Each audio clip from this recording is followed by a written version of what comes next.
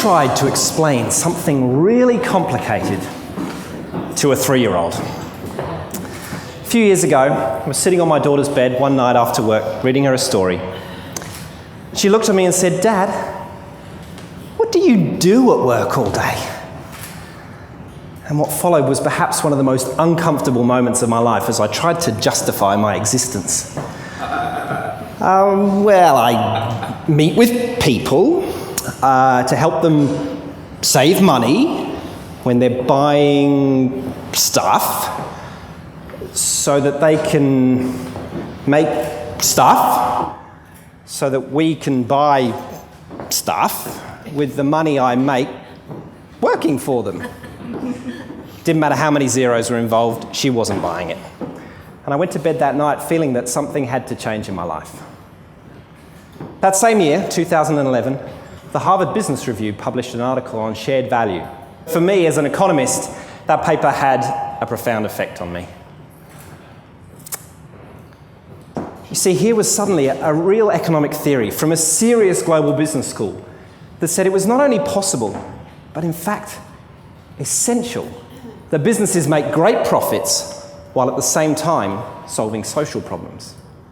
Businesses like Thank You Water, one of probably 100 water brands you can buy here in Australia.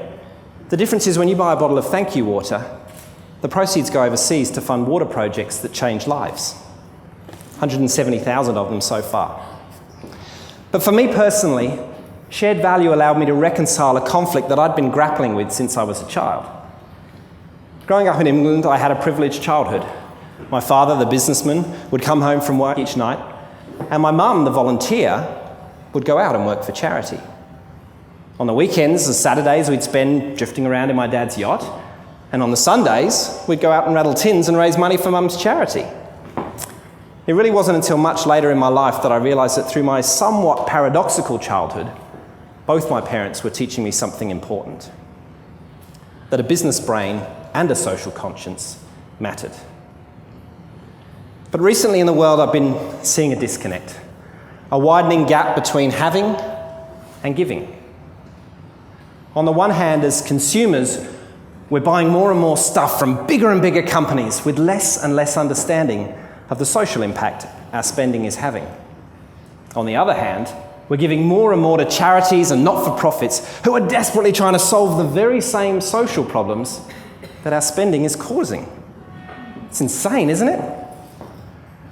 Well, shared value is about closing that gap. Having and giving with the same dollar.